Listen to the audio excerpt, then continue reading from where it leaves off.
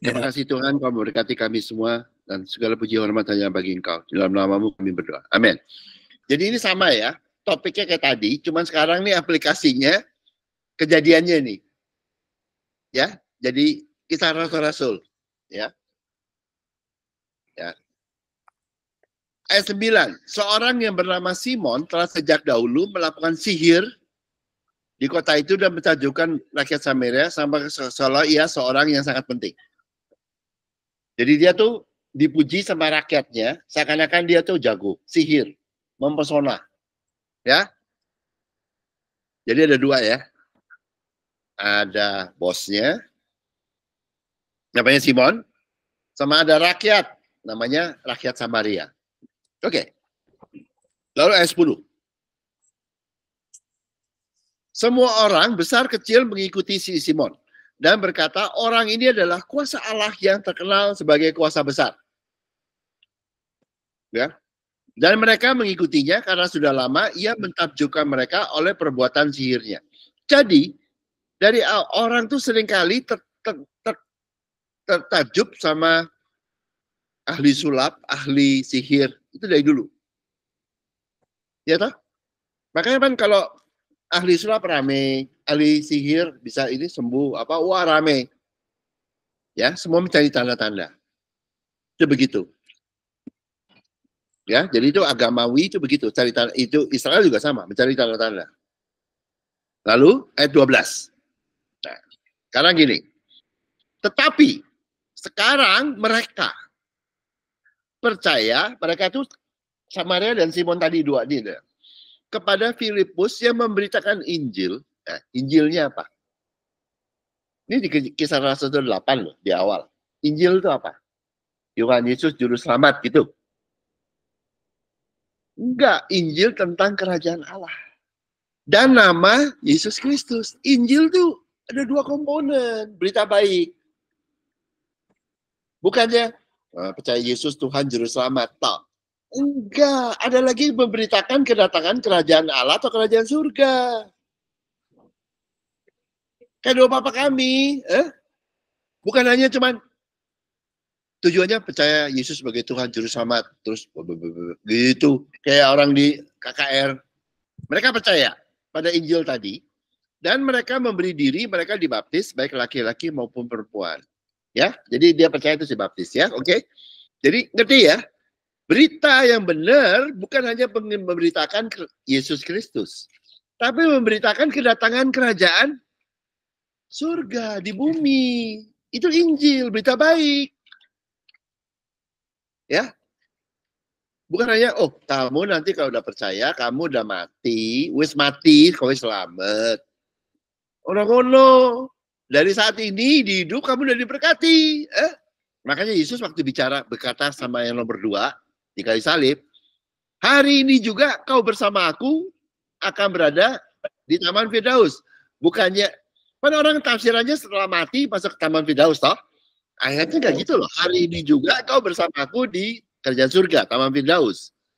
Bukannya Yesus nggak ngomongnya nanti somben setelah kau mati kau masuk kerajaan surga. Nah gitu tuh. Hari ini juga. Today. Gue tanya, Yesus kalau lu baca ya, hari ini juga hari ini. Yesus matinya kan hari itu. Pakainya kapan? 3 hari tuh. Jumat, Sabtu, Minggu tuh. Iya toh? Belum ke surga toh. Naik ke surganya kapan? Hari kenaikan. Iya toh? Jadi Taman Firdausnya di mana? Kan dia bilang hari ini juga engkau bersama aku di Taman Firdaus. Mana? Ayo lu pakai matematika lu. Gue bilangin lu orang teologi lu pikir lu gue pinter. Lu hari ini juga hari ini juga Yesus di mana? Hari itu di bumi. Naik ke surganya kapan?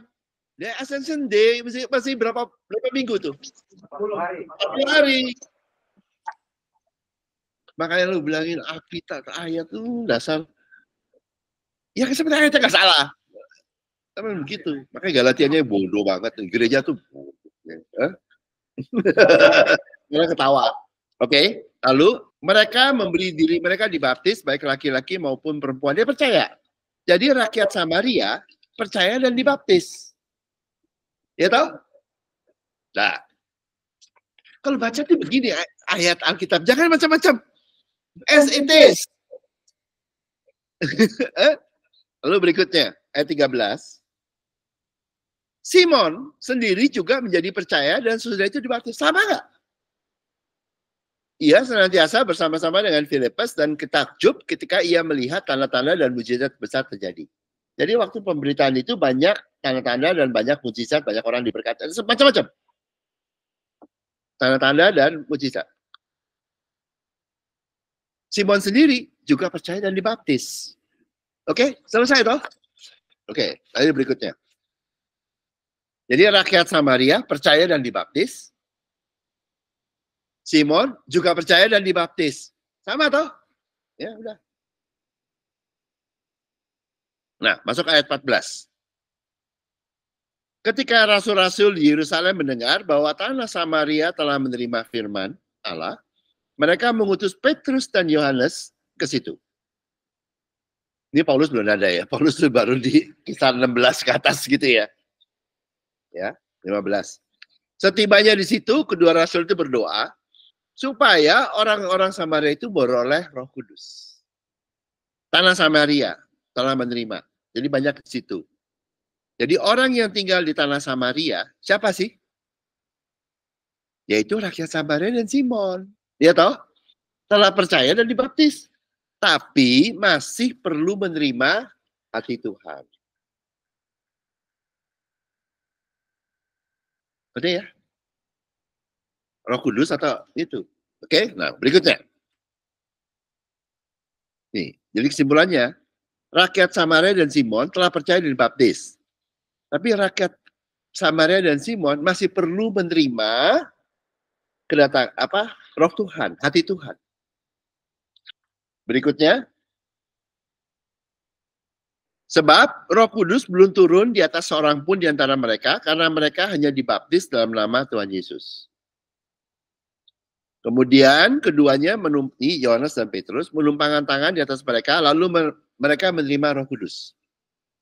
Jadi rakyat Samaria, mereka Tuhan banyak orang ya, menerima Roh Tuhan, hati Tuhan, Roh Kudus melalui pelayanan murid Tuhan. Oke, jadi hati Tuhan datang kemana? Semuanya kepada semua orang. Ini rakyat Samaria belum terima, padahal hati Tuhan datang. Murid, yaitu Petrus dan Yohanes, ya, dengar berita itu, menyampaikan, diutus untuk orang-orang itu menerima Roh Kudus. Terus dia tumpang tangan, dia terima. Oke? Jadi dia menerimanya Roh Kudus itu melalui murid Tuhan atau melalui pelayanan murid Tuhan. Oke? Sekarang nih ya. 18. Ketika Simon melihat bahwa pemberian Roh Kudus terjadi oleh karena rasul-rasul itu menumpangkan tangannya. Jadi di matanya Simon, ini tadi rakyat. Di matanya Simon, Roh Kudus atau hati Tuhan terjadi karena muridnya yang jagoan. Benar nggak? Bukan Tuhannya. Muridnya yang jagoan. Karena yang jagoan, jadi muridnya itu Petrus dan Yohanes yang nentuin, yang bos, yang bisa punya kuasa. Ia menawarkan uang kepada mereka. Gue juga pengen. Gue kasih lu duit, gue juga pengen kuasa itu. Karena kenapa dia begitu? Dia mau jual beli sama si murid. Karena dia pikir muridnya yang bos. Benar nggak? Nangkap nggak lu? Nih, makanya dia bilang, makanya si Simon berkata begini, berikanlah juga kepadaku kuasa itu. Jadi kuasa itu dipikir miliknya si murid atau rasul. Supaya jika aku menumpangkan tanganku di atas seseorang, ia boleh menerima Roh Kudus.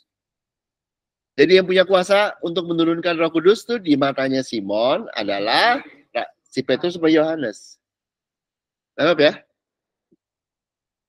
Jadi, ini saya simpulin dulu. Nih. Si Simon udah punya Roh Kudusnya belum? Belum, ya? Ya toh? Baptis, percaya dibaptis, tapi belum menerima hati Tuhannya. Ya. Jadi Simon mau bayar harga ke murid Tuhan, Petrus dan Yohanes, untuk mendapatkan kuasa tadi. Simon berpikir manusialah yang menentukan siapakah yang mendapat Roh Kudus.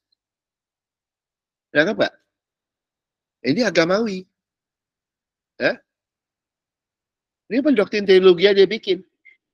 Bahwa manusia yang hebat. Benar nggak? Menurut Simon. Ya. Berikutnya ayat slide 12. Ya. Rakyat Samaria dan Simon ini saya rekap lagi ya. Telah percaya dibaptis ya. Dua-duanya ya. Mereka berdua-duanya masih perlu menerima Roh Kudus atau hati Tuhan atau ya. Rakyat Samaria nerima. Oke, muridnya sampein, terima. Begitu loh. Di mata Simon, wah, yang nyampein itu bukan Tuhan. Murid. Melalui tumpang tangan. Makanya dia pengen beli kuasa itu. Ya toh? Matanya tuh lihatnya tuh main fokus gitu loh. Ya? Oke, nah sekarang muridnya gimana? Murid Tuhan. Lalu berikutnya, ini hampir kelar. Ayat 20. Tetapi Petrus berkata kepadanya, binasalah kiranya uangmu itu bersama-sama dengan kau. Karena engkau menyangka bahwa engkau dapat membeli karunia Allah dengan uang. Jadi di matanya Petrus jelasin, karunia Allah lu gak bisa beli. Karunia Allah datangnya dari Tuhan, bukan dari orang yang lu bisa beli. Ngerti ya? Nangkep nggak? Jadi dikoreksi. Makanya rakyat Samaria terima. Ya oke, melalui murid Tuhan. Sebetulnya enggak, langsung. Begitu enggak? Kan dia cuma diberitakan. Mau tumpang tangan, nggak tumpang tangan, kan diberitakan yang penting. Kalau si Simon lihatnya, yang hebat, uang iki. Makanya dia pengen beli. Nah, Petrusnya bilang, binasalah kiranya uang itu bersama dengan kau, karena kau menyangka kau dapat membeli karunia Allah dengan uang. Jadi artinya, karunia Allah tidak bisa dibeli. Karunia Allah ya karena Tuhan adalah kasih. Bukan karena manusia. Ngerti ya? Bukan karena manusia. Bukan murid Tuhan yang nentuin. Sebetulnya hati Tuhan diberikan kepada rakyat Samaria, bukan karena Petrus dan Yohanes. Karena hati Tuhan diberikan kepada semua orang. Kalau mau nerima aja. Ngerti ya? Kan karunia. Begitu. Lalu berikutnya, tidak ada bagian atau hakmu dalam perkara ini. Sebab hatimu tidak lurus di hadapan Allah. Jadi Petrus menyatakan bahwa Roh Kudus turun bukan karena perbuatan manusia. Tetapi karena karunia. Karunia apa? Pemberian free. Tuhan hanya akan memakai mereka yang mau menerima hati Tuhan. Jadi yang menganut teologi seperti Simon, yaitu bayar harga untuk dapat karunia Tuhan, menurut Alkitab, tidak ada bagian atau hakmu dalam perkara ini. Mereka tidak punya Roh Kudus. Benar nggak? Nggak ada tuh. Kan disebutnya tidak ada bagian. Kenapa? Lu pakai doktrin itu, nggak dapat lo hati Tuhan. Benar nggak? Iya tuh. So, kalau orang bilang saya mau bayar harga, saya mau beli kuasa itu, Tuhan melalui murid Tuhan bilang, oke, satu hal, kamu nggak dapat bagian. Gampang kok. Lu mau beli karunia Tuhan, kamu percaya pada itu, saya kasih tahu satu hal yang pasti, kamu nggak dapat. Gampang kok. Kita pun, lu berasanya dapat, apa lu? Begitu. Nah, tidak ada bagian atau hakmu dalam perkara ini. Sebab, kenapa? Hatimu tidak lurus di hadapan Allah. Kalau hatimu lurus, kamu dikasih hati Tuhan, kamu tinggal terima. Kalau kamu macam-macam mau bayar harga, disebutnya hatimu tidak lurus. Hati tahu hati tidak lurus artinya apa? Jahat. Ya, ini berikutnya di ayat 22. Ya. Jadi bertobatlah dari kejahatanmu itu. Jadi kalau kamu ada orang yang mau beli karunia Tuhan, mau bayar harga untuk dapatkan kuasa Tuhan, disebutnya sama Petrus, hatimu tidak lurus. Kenapa? Karena jahat. Iya toh? Jahat. Lu mau beli itu dari Tuhan, yang karunia Tuhan gratis, atau beli dari muridnya, atau dari mana, itu lu pikir Tuhan kacung lu. Ya tahu nggak? Lu bisa bayar. Tuhan mata duitan. Hah? Jahat nggak? Emang Tuhan mata duitan? Emang Tuhan, udah lah, macam-macam lah. Ya, begitu. Jadi bertobatlah dari kejahatanmu ini dan berdoalah kepada Tuhan supaya ia mengampuni niat hatimu ini. Sebab kulihat bahwa hatimu telah seperti empedu yang pahit dan terjerat dalam kejahatan. Ya, jadi agama itu jahat. Petrus menjelaskan bahwa teologi bayar harga adalah suatu kejahatan. Bukannya yang salah, jahat. Enggak dari sini. Dia disebut cinta uang. Ya toh? Kan dari sini. Ya toh? Nabi palsu. Kan duit. Sini. Dan seterusnya. Dan sumbernya dari teologi bayar harga. Bukan hanya di otak. Di hati manusia. Betul. Bahwa hatimu. Bukan jadi pikiranmu. Tapi hatimu. Jadi sumbernya dari teologi bayar harga dan seterusnya bukan di otak. Penulisnya hati nelek. Gitu loh. Ini Bible padanya. Hatimu telah seperti empedu. Bukan pikiranmu, hatimu. Terus pikiranmu gimana? Ya ikut juga. Ikut hati. Ya, tangkap ya. Kalau Bible tuh tajamnya kayak begini nulisnya. Oke, lalu berikutnya. Jadi Simon adalah wujud orang percaya yang sudah dibaptis tetapi masih agamawi. Yaitu berfokus pada perbuatan manusia. Jadi waktu lihat roh Tuhan turun, dia lihatnya pendeta yang jago. Waktu tumbang tangan, dia lihat muridnya yang jago. Ngerti ya? Dan tidak berfokus pada perbuatan Kristus. Lengkap nggak? Dia berfokus pada hal lahiriah. Akhirnya mengikuti teologi bayar harga yang jahat. Ini adalah suatu kejahatan dan sumbernya ada di hati. Hati manusia. Akibatnya Simon gagal. Gak dapat toh? Gak dapat. Roh Kudus. Oke. Lalu berikutnya, jadi ini sebetulnya di kisah ini mengenai kedatangan hati Tuhan ada dua pemain. Satu namanya rakyat Samaria, satu lagi namanya Simon. Tinggalnya sama-sama di Samaria.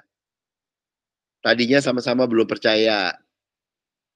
Kemudian karena pemberitaan dari murid Tuhan namanya Filipus yang memberitakan Injil, yaitu nama Tuhan Yesus dan kerajaan Allah di bumi, mereka jadi percaya.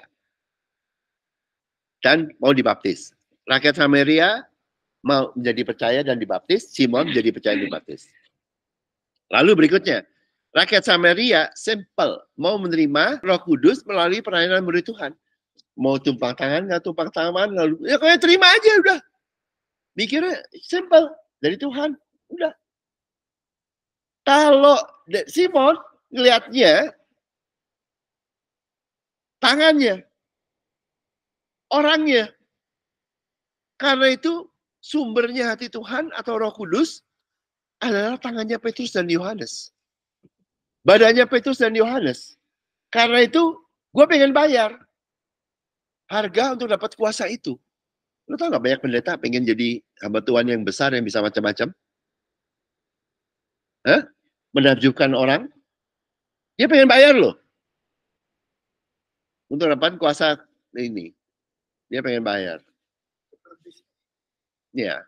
Dia awalnya kan tukang sihir. Jadi dia pengen jadi tukang sihir, bisa menyihir gitu loh, bisa kayak Atau mirip lah, menakjubkan manusia. Jadi rakyat Samaria yang simpel itu menerima hati Tuhan atau Roh Kudus. Simon yang pakai teologi tadi tidak menerima. Tuh, kisah Rasul-Rasul udah kasih lihat, gampang tak? Oke? Lalu ayat terakhir, jawab Simon, hendaklah kamu berdoa untuk aku kepada Tuhan. Dua, minta murid Petrus untuk berdoa. Supaya kepadaku jangan kiranya terjadi segala apa yang telah kamu katakan itu. Jadi Simon sekarang jadi takut. Hah?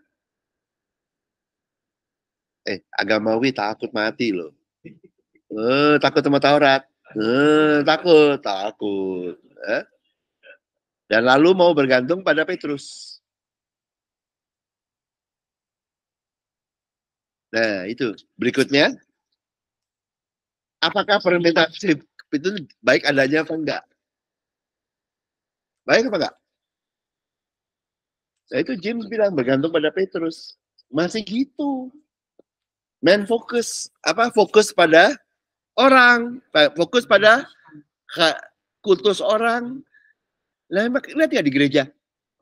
Ada yang simple, oke, terima hati Tuhan. Oke, gitu dong. Ada lagi yang, waduh, terfokus pada orangnya, tumpang tangannya, bahasa rohnya. It's all physical. Lupa Tuhannya tuh. Tuh, itu di Bible nulisnya kayak gini. Sebelum didirikan sekolah teologi, udah dibacain. Manusia ya kayak gini. Sebelum gereja tuh sinode macam-macam udah dibacain tuh 2 tipe tuh. Kelihatan hebat apa, kayak ahli sihir, kayak menakjubkan, bisa puasa segala macam ya. Kalau di sini dibilangin ya, karunia Allah dari Allah, bukan dari bisa dibeli orang. Itu udah dibacain ribuan tahun. Jadi gampang ya. Itu jadi begitu. Jadi hati Tuhan itu sebetulnya jangan pikir pakai macam-macam. Pakai KKR dulu, pakai ada orang tertentu, terus tumpang tangan, terus bahasa roh. Lu bikin peraturan kayak orang gendeng lu, tau gak? Sebetulnya adalah kamu kan percaya itu dibaptis, habis itu terima hati Tuhan, udah itu. Selesai. Kelar. Dan habis itu ya udah kelar. Simonnya masih terus nih. Ditutupnya begini Simon. Gak tahu loh. Akhirnya dia tuh balik ke Tuhan atau enggak, gue gak tahu. Ya itu. You understand? Ngerti ya? Ya nangkep? Jadi ceritanya kayak digantung. Simonnya tuh endingnya kemana? Gak tahu. Habis itu Petrusnya ngomongnya benerin atau doain, gue gak tahu, digantung gitu ceritanya. Sama kayak itu, anak bungsu sama anak sulung. Kan diundang loh sama bapaknya. Adikmu telah pulang, kita patut bersukacita. Diundang toh. Anak sulungnya nggak jawab loh, datang enggak loh. Kayak digantung loh ceritanya. Ngamuk. Terus bapaknya kan tetap sayang, bilang adikmu telah yang hilang telah datang, kita sekarang mau perjamuan, bersukacita, patut, ya toh? Anak sulungnya jawab apa? Di Lukas berapa? 13 ya? 15. Anak sulungnya jawab apa? Nggak ada. Digantung. Artinya apa? Ada yang jawab yes, ada yang jawab no. Gereja itu. Ya, ngerti ya? Jadi kalau mau terima hati Tuhan, ya cuma terima aja, gitu aja lu. Nerima tuh diem. Coba di bank, kamu orang dikasih kredit, ya terima ya, cuma naikkan aja udah gitu tuh. Ditransfer duit, ya diem aja masuk. Nolak lu yang rese lu. Banknya nolak. Kamu nggak dapat, kamu apa itu, dia mesti tolak bikin surat atau gimana itu. Nolak tuh ada effort. Nerima enggak? Coba lu misalnya dipesenin makan dari mana gitu ya, orang pakai GoFood atau apa dikirimin masuk ke kamar ke rumahmu, ya wis terima itu. Nolak yang capek. Nolak begini. Nolak tuh pakai tenaga. Coba deh kamu mau disuruh bawa ke sana kamu nggak mau, kamu berantem gitu loh. Kalau nerima ya ikut aja gitu. Ya nerima tuh sebetulnya makanya bagaimana nerima? Be silent and know that I'm God. Udah diam aja. Nah orang suruh diam bingung ya. Biasanya nolak soalnya lu makanya choose to struggle. Be silent and know that I'm God. Jangan berontak. Itu loh. Tapi perempuan lebih jago nerima. Perempuan lebih, makanya perempuan lebih gampang ya. Perempuan itu kan nature-nya lebih pasif gitu. Laki kan kadang-kadang terlalu banyak. Susah. Ajak debat, ajak berantem. Tapi perempuan kan, makanya gereja perempuan lebih subdue gitu. Lebih gampang. Nerima tuh gimana ya, diem. Makanya bingung, nanya gimana ya, gak biasa diem, suruh diem. Ya, easy. You just know, and then you don't say no, seperti gitu. Don't say no, jangan aneh-aneh, jangan kena nolak dengan cara milih yang lain. Udah, you will get it. And then Tuhan yang pakai otaknya setelah itu untuk supaya kamu jadi percaya. Oke, udah ya, yuk kita tutup. Bapa di surga, terima kasih ya Tuhan, karena kasih sayang-Mu kepada kami yang begitu besar. Pujilah nama-Mu, dalam nama-Mu kami berdoa. Amin.